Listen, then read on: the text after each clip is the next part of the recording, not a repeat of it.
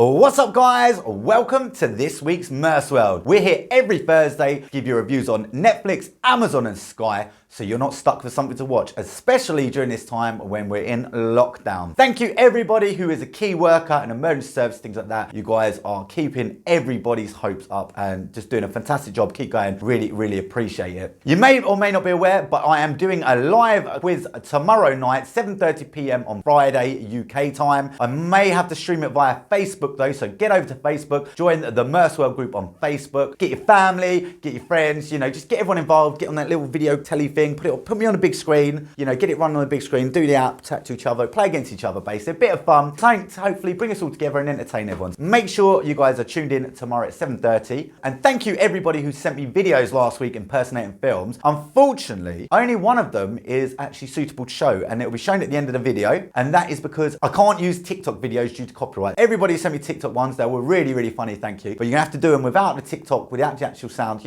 act it out, send them again, and they will make next week's episode. I think I might make it a permanent section. This week, I have a brilliant selection for you. Honestly, I'm so happy. I was getting a bit worried. I was like, oh, not how much coming in, suddenly boom, boom, boom. So without further ado, let's see what we're watching this week.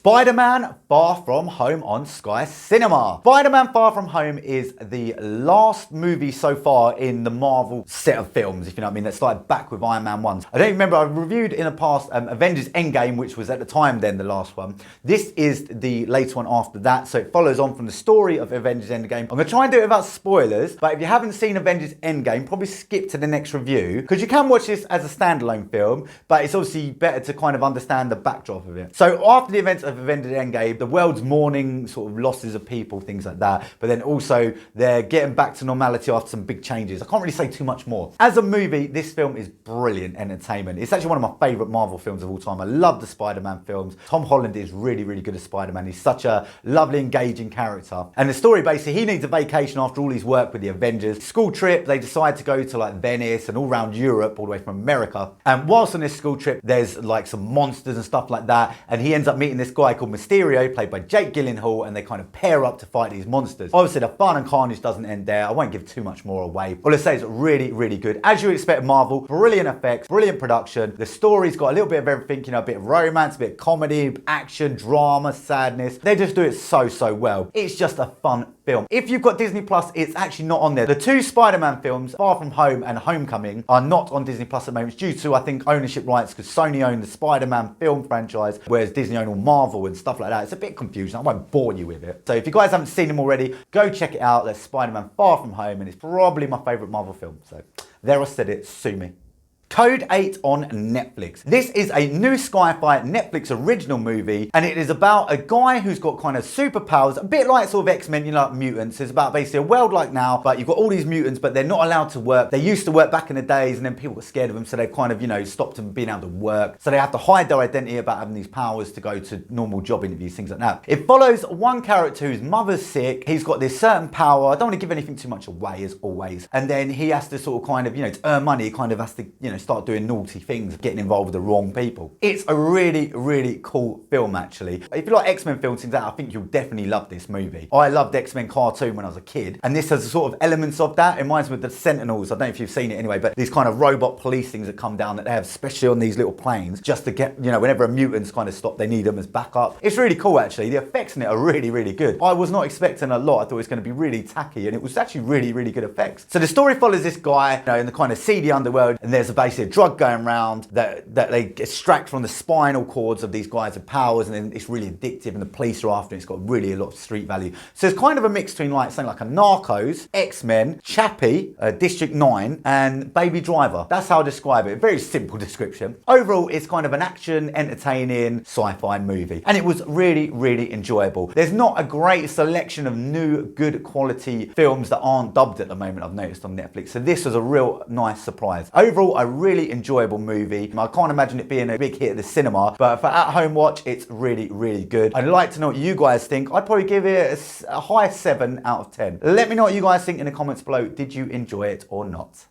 Just a quick note, the Tiger King, which I reviewed a few weeks back, go back and check out the review if you haven't seen it already. Obviously, this is now becoming a global phenomenon. And what they've done is they've given an additional episode. So obviously, if you've seen the documentary, I reviewed it, go back and watch it if you haven't seen it already, watch a review, see if it's for you. What they've done, while we're in isolation, they've got all the people together who were in the documentary. Obviously, it's the people who are allowed to be in it or could be in it. Obviously, I don't want to ruin anything in the documentary. And what they've basically done is interviewed them. They sent them all iPhones and they've all set them up and they've done this interview. It's not the best put together show, but I thought I'd want to mention it. All you Tiger King fans might not be aware. So go out, check out the Tiger King again on Netflix. And there's a new episode. Just want to make you aware in case you haven't seen it already. So check that one out, guys, and hopefully you'll enjoy it. 3 Identical Strangers on Netflix. This is a new documentary that's come onto Netflix. It's a documentary movie about an hour and 40 odd minutes long. Doesn't require too much commitment. And it's more of a really bizarre, intriguing story. If you're of a certain age, like me, and you had Nickelodeon when you was a kid, you might remember Sister, Sister. Sister, Sister, never knew how much I missed her. That one. Sorry about the singing.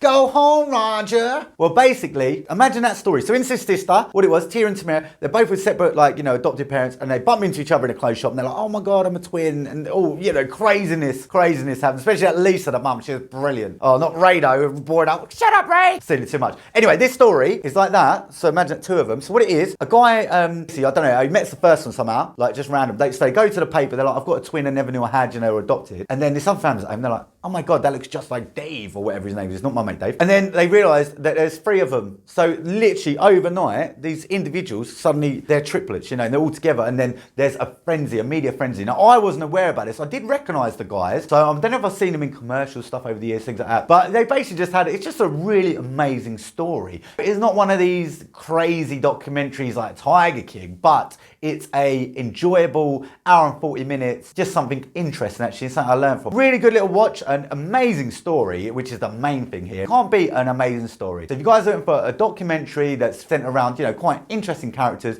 bizarre story, then this one is for you. So check that one out and let me know what you guys think. The Silence of the Lambs on Netflix, and Red Dragon, and Hannibal. The reason I've chosen 3 films for this very brief review is some of you may have seen The Silence of the Lambs. Many movie lovers would have already, but some of the younger generation may not have yet. And I just want to quickly go over these 3 films. The situation was this, it just popped up and I thought, I haven't seen that in years. So I put it on late at night, it's me and the missus thought I was saying to watch, and I forgot how good this film is. And obviously we haven't seen it in a lot of years. It's actually still a very, very good film, and it's not dated actually either. That was one thing I was worried about. So we end up watching Silence of the Lamb. Now, the story of Silence of the Lamb is about a very young junior FBI sort of psychologist agent who's top of her class, things like that. She's brought in to interview one of the most dangerous men in the world. Mentally, he's a genius, and he's just a beast. And this is like a caged animal. Played by Anthony Hopkins, and it's probably one of the most famous characters ever invented, Hannibal Lecter. Hello, Clarice. I ate them with some fiber beans and a nice Chianti.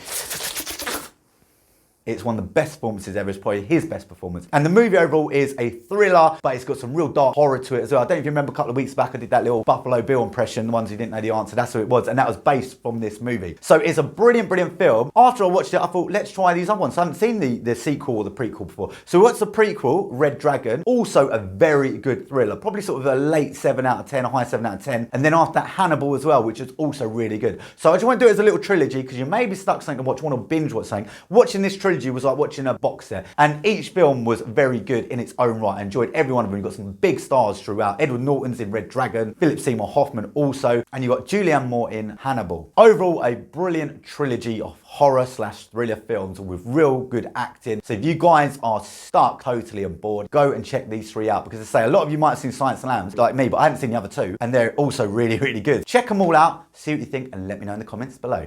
Yesterday on Sky Premiere. Oh my word, I have been waiting so long for this to actually come out. Yesterday is a brilliant, lovely, great movie, the perfect kind of movie considering everything that's going on in the world at the moment. This is the kind of thing to switch off to and enjoy. The story follows a young musician who's getting on a bit, you know, kind of giving up on his dreams a little bit, you know, it's not quite happening for him. It's actually played by, I don't even remember, Tamwar used to be in EastEnders, and then he hits his head on a bike, there's some like weird storm film or something like that. And then the next day, the Beatles don't exist. So then suddenly he's like, he plays a little song in his car, and he's like, what, who's that? You know, like, he goes, oh, it's by the Beatles. And they're like, it's a brilliant song, I've never heard that. And it, you know, who hasn't heard the Beatles? So he discovers that, you know, the Beatles don't exist anymore. So then what he does is he starts playing their songs, you know, he becomes famous, and he starts stealing their songs and ideas, basically. I don't want to give too much more away. All I say, Ed Sheeran's also in it. He actually plays quite a funny little role in this film. Rocket Man,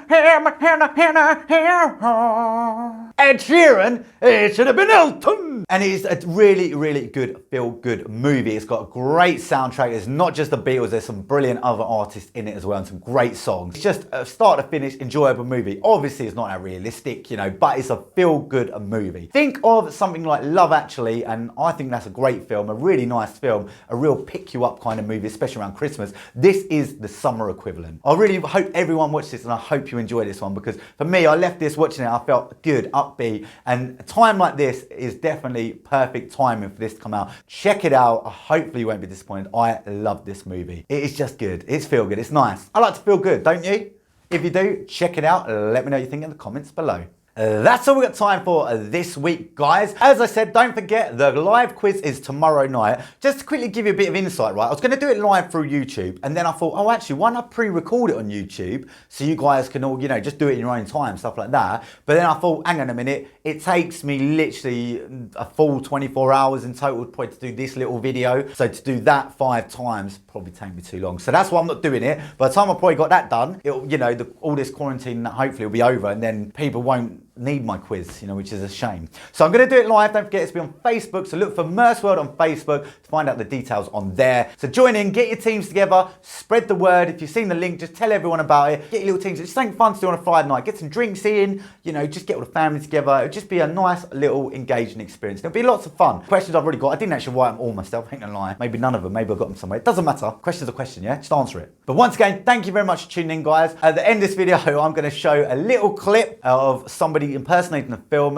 Thank you very much to my friend Gareth for sending this one in. Let me know what you guys think in the comments. If you can guess what movie it is, I got it straight away. I'm a movie buff. Are you? Don't forget to leave a comment. Every time you leave a comment, an angel grows its wings. And don't forget to share, because this video might be good insight to somebody who's not sure what to watch and stop them going and doing something stupid. Give them the tools to enjoy themselves. Give them MurfsWorld. Thank you very much. Namaste. All right, guys. That's it. I've got to shoot. I'm full of beans today. I can't wait. I'm pumped up. I can't wait to see you all tomorrow at the quiz. Oh, thank you for everybody who subscribed last week, and plenty of new reviews next week. If I don't see you tomorrow night at the quiz, I will see you, as always, next Thursday. Have a great week, guys. Stay safe. Stay sane. Take care of yourself. Namaste. See you next Thursday. Water. Sugar water.